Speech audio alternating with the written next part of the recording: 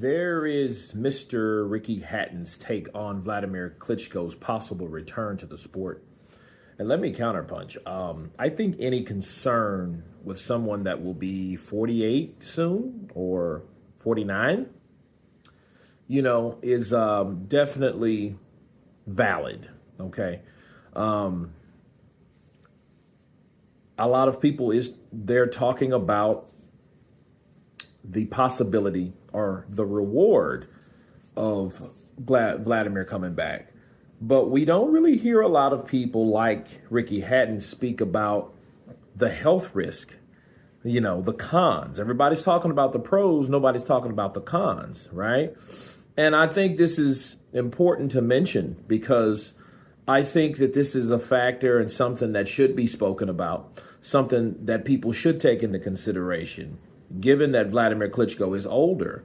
See, the older you are, especially when you've had already a solid career, 70 some odd fights, and you've taken your share of knockouts, knockdowns, wins, losses, and everything else, in between, I think you need to consider for one, what's already happened to Vlad. His last fight, he was stopped by AJ.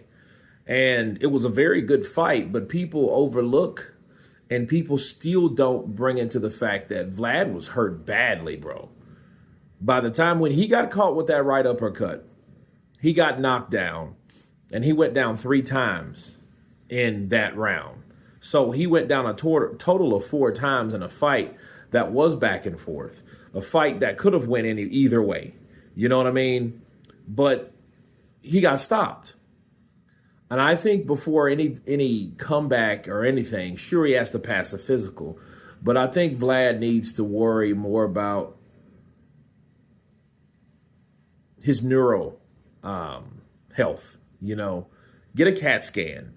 Do all the necessary things, which I'm sure Vlad's going to do because he's a health nut, And I think that would bring people like Ricky Hatton, and his doubts or his concerns to an ease based on, what Vlad is doing. However, the older you are, the slower the recovery process is. So I don't think Vlad is a type of person that would, half-ass do anything. I don't think that he would join a legacy league. I think if he's going to fight anyone, he's going to fight someone. It's not going to be 2-round Jake Paul shits. It's going to be the real deal. Holyfield light mentality when it comes to Vladimir Klitschko. He's going to go, and compete like he used to, not anything that's a handicap. So, first of all, I appreciate Ricky Hatton for even bringing that to everyone's attention because, a lot of people might say, oh, you sound like a hater because you couldn't do it. Well, no, Ricky Hatton fought the best fighters in his era. He just lost to the top 2. Right. And but I mean, look what Ricky did, though. Ricky stopped the guy that beat Floyd unofficially. And that's, Jose Luis Castillo, because he stopped Castillo, so Hitman had his own wins in the ring. But this is something to bring up. I think Vlad's fine, but I think, this is an indicator that, hey, he needs more testing just to bring that to the forefront, just to scratch it off the list. You know what I mean?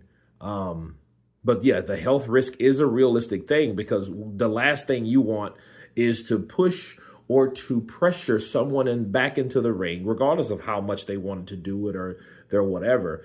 Get him back in the ring and then something very seriously happens to him. Nobody wants to see that shit. Just like nobody wanted to see Mike Tyson hurt against Jake Paul, really. That's why I wasn't as upset about anything about a fixed fight or anything like that, because I would rather a fixed fight than someone truly, naturally, badly hurt.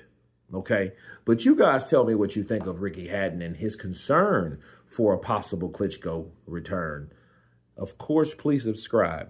And you guys been Counterpunch.